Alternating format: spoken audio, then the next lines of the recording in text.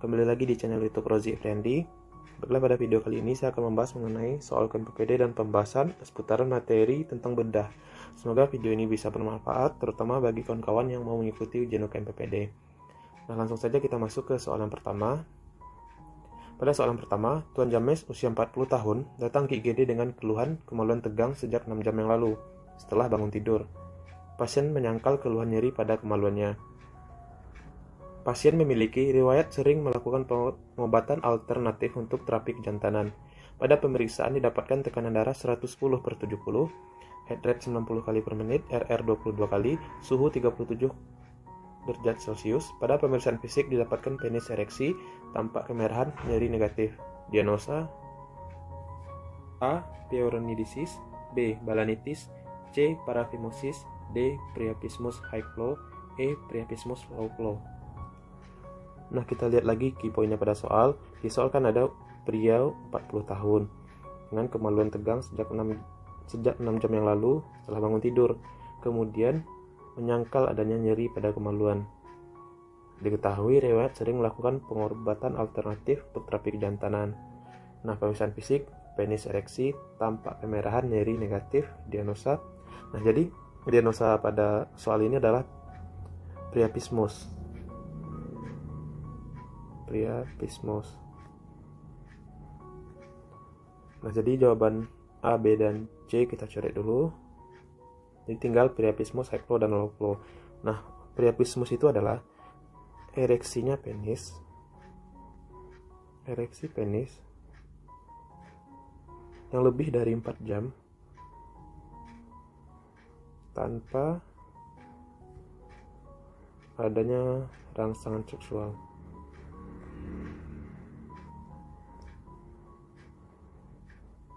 Kalau disoalkan dia udah 6 jam setelah bangun tidur.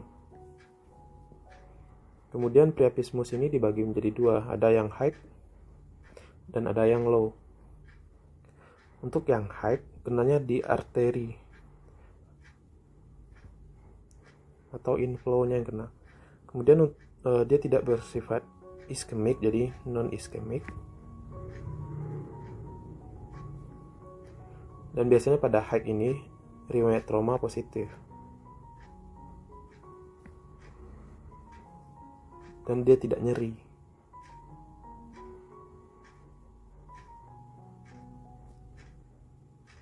Nah, pada yang flow, itu yang kena adalah venanya atau outflow-nya yang terganggu. Kemudian dia bersifat iskemik dan dia tanpa riwayat trauma.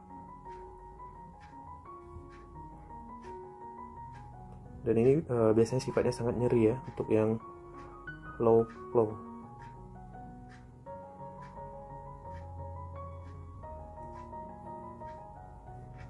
Nah, bagaimana terapi untuk priapismus high dan low?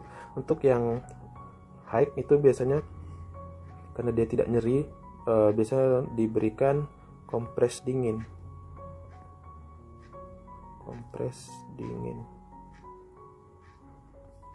Untuk terapi yang low biasanya diinjeksi phenylephrine.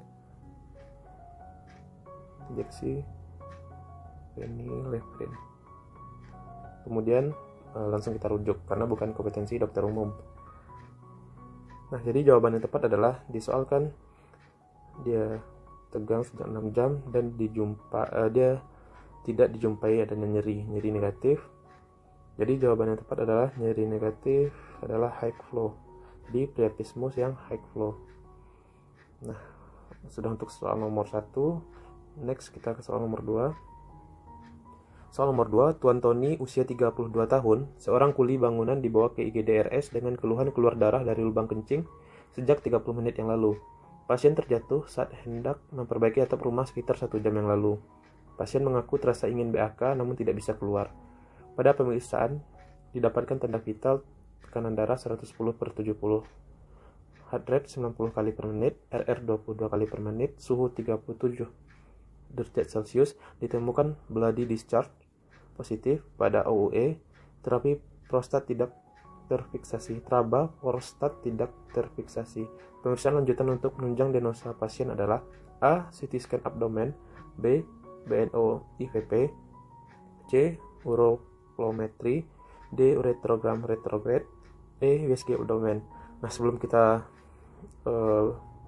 menjawab ini pemeriksaan penunjangnya apa, kita tentukan dulu diagnosanya. Di sini kan dia seorang kuli bangunan, keluar darah dari lubang kencing, pasien terjatuh saat memperbaiki atap rumah, terasa ingin bakar namun tidak bisa keluar, ditemukan bloody discharge pada UE, traba prostat tidak terfiksasi. Nah, jadi untuk kemungkinan ini adalah ruptur uretra karena ada riwayat trauma terjatuh saat hendak memperbaiki atap rumah. Jadi jatuh dari ketinggian dan pasien mengaku terasa ingin bakar namun tidak bisa keluar, ditemukan bloody discharge pada UE. Kemudian setelah dilakukan pemeriksaan rektal tuse, traba prostat tidak terfiksasi. Jadi diagnosanya adalah ruptur uretra.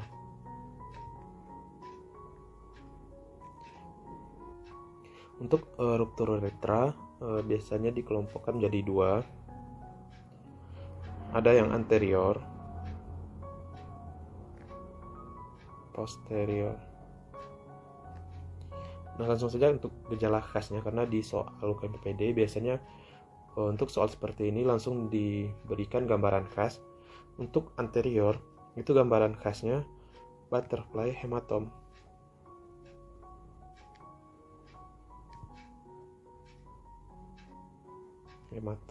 Jadi biasanya pada pasien laki-laki di bawah skrotumnya itu ada gambaran seperti kupu-kupu. Kayak gini biasanya gambaran butterfly hematom, atau biasa dikenal dengan istilah trauma kangkang. Ini biasanya ini itu. Nah, ini skrotum. Di bawah skrotum nih biasanya ada gambaran kayak gini. Nah, untuk yang posterior itu tanda khasnya saat kita lakukan RT saat di rectal tuse itu floating prostat atau prostat seperti melayang, tidak teraba. Floating karena adanya tumpukan darah. Floating prostat. Nah, kemudian untuk pemeriksaan penunjang pada kasus ruptur uretra itu menggunakan uretrografi retrograde.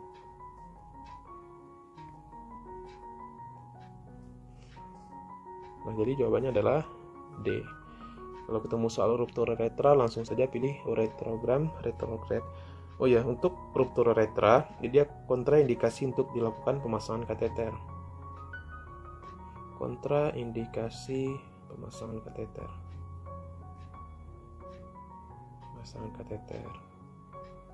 Nah, jadi bagaimana kita mengeluarkan urin atau darah pada pasien tersebut? Soalnya di soal kan pasien ingin terasa bakar namun tidak bisa keluar.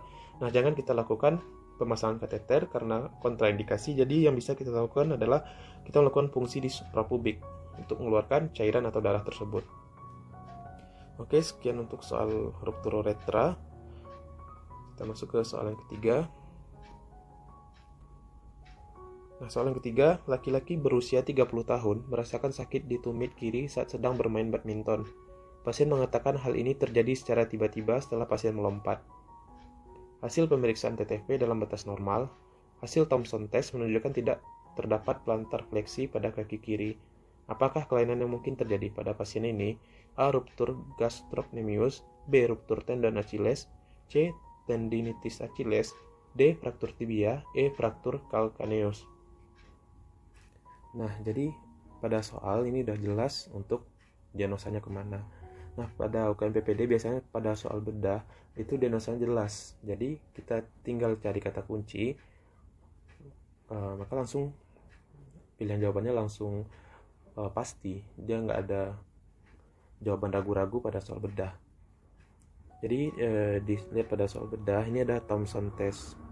Nah, kita lihat apakah Thomson testnya positif atau negatif. Di sini dibilang pada hasil Thomson test menunjukkan tidak terdapat plantar fleksi pada kaki kiri. Jadi tidak adanya plantar fleksi itu menandakan Thomson testnya positif. Jadi Thomson test positif. Jadi cara pemeriksaan Thomson test itu pasien dibaringkan dalam posisi telungkup dengan kedua kaki dan pergelangan kaki menggantung. Kemudian kita sebagai pemeriksa pegang betis seperti gerakan memeras. Pemeriksaan dinyatakan positif jika tidak terjadi plantar fleksi pada kaki. Nah, di sini kan tidak terdapat plantar fleksi. Jadi Thomson testnya positif. Nah, Thomson test positif itu biasanya soalnya ingin mengarahkan kita ke diagnosa ruptur tendon Achilles. Jadi kita bahas dulu apa itu ruptur tendon Achilles. Ruptur tendon Achilles.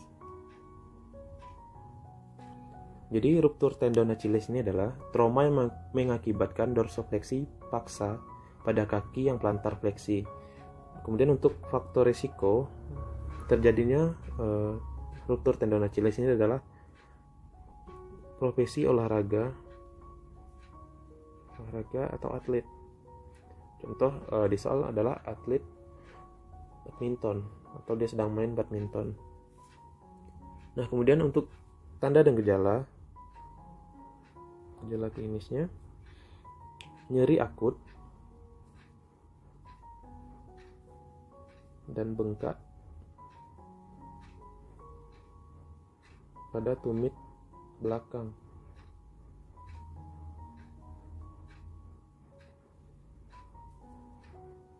Kaki tidak mampu plantar fleksi.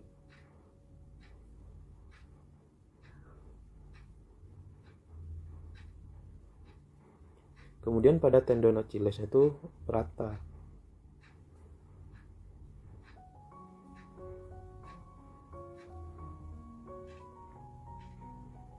Kemudian pemeriksaan penunjang yang dapat kita lakukan bisa USG atau MRI. Nah, bagaimana terapi awal untuk pasien ruptur tendon Achilles? Terapi awal yang dapat dilakukan adalah RICE, kemudian simptomatiknya. Dan kemudian kita rujuk ke RS. Rujuk. Jadi jawaban yang tepat pada soal ini adalah ruptur tendon Achilles. Karena Thomson testnya positif. Oke, next soal nomor 4. Untuk soal nomor 4, Tuan Rahul berusia 20 tahun dilarikan ke IGD-RS setelah mengalami kecelakaan lalu lintas 1 jam yang lalu. Pasien terjatuh dari sepeda motor saat melewati jalanan licin akibat hujan. Pasien tidak pakai helm. Pemeriksaan tanda vital didapatkan tekanan darah 100/80 mm hidrogirum, frekuensi nadi 98 kali per menit, dan pernapasan 18 kali per menit. Temperatur 37 derajat Celcius. Saat diberikan rangsangan nyeri, pasien mengerang kesakitan dan mata terbuka. Ekstremitas fleksi abnormal. Juga ditemukan laserasi dan hematom di region temporal kanan. Berapakah GCS pasien? Nah, jadi pada soal ini dia mau membahas tentang nilai GCS. Jadi nilai GCS. Jadi GCS itu kan ada EVM. E untuk mata itu maksimal GCS-nya adalah 4. P untuk verbal nilai GCS-nya ada 5. M untuk motorik nilai GCS-nya ada 6. Nah, jadi saya ada singkatan untuk memudahkan kawan-kawan sekalian menghafal nilai GCS. Jadi untuk E otomatis saya singkat dengan SDN 1. Bukan sekolah dasar negeri. Jadi SDN 1 S untuk spontan, D dipanggil, N-nya nyeri, 1 apabila tidak ada respon. Jadi spontan tanpa kita panggil, jadi mata dia sudah terbuka, itu nilai E-nya 4. Apabila matanya tertutup kemudian kita panggil, pasien baru membuka mata, itu nilainya adalah 3. Nah, apabila diberi rangsang nyeri, dia baru buka mata, itu nilainya 2. Kemudian tidak berespon, nilainya 1. Jadi tidak ada nilai GCS yang 0. Minimal nilai terendahnya adalah 1. Nah, kemudian untuk V untuk verbal, saya mempunyai singkatan Oridis, bicara kerang.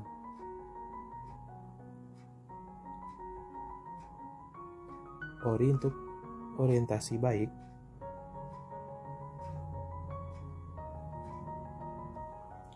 Dis untuk disorientasi. Orientasi, atau jawabannya kacau, ditanya apa, jawabnya apa. Kemudian untuk bicara, itu bicara tidak sesuai atau bicara kacau. Kemudian kerang, untuk pasien hanya bisa mengerang, jadi dia tidak bisa mengucapkan kata atau kalimat, dia cuma bisa mengerang. Kemudian tidak berespon 1. Nah, jadi apabila orientasi pasien baik, itu nilainya 5, disorientasi 4, bicara tidak sesuai atau kacau, nilainya 3. Kalau pasien cuma bisa mengerang, nilainya 2, tidak berespon 1. Nah, kemudian untuk motorik biasanya saya singkat hafalannya dengan perilokal.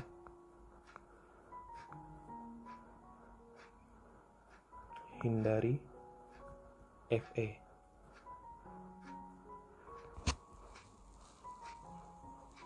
Peri untuk perintah.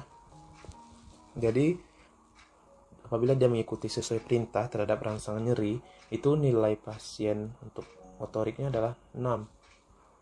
Kemudian lokal untuk lokalisir. Apabila dia mampu melokalisir rangsangan nyeri yang kita berikan, itu nilainya adalah 5. Kemudian hindari, apabila pasien cuma mampu untuk menghindar, dia tidak bisa untuk melokalisir, tapi dia cuma bisa mengelakkan badannya, itu nilainya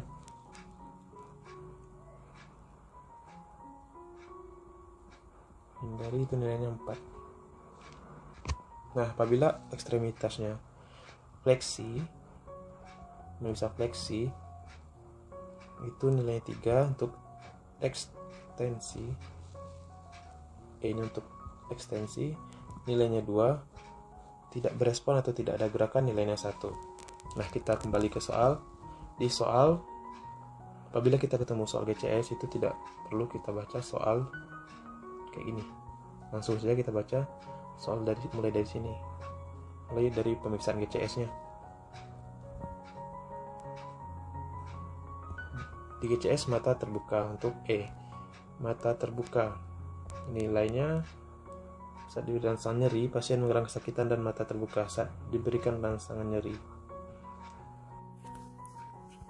Jadi nilai untuk E-nya adalah 2 ya, karena diberi rangsangan nyeri baru matanya terbuka. E2.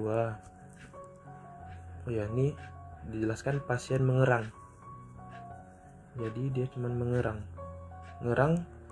Untuk mengerang nilainya verbal, mengerang nilainya 2. V2. Kemudian ekstremitas fleksi. Nah, fleksi motorik fleksi nilainya 3.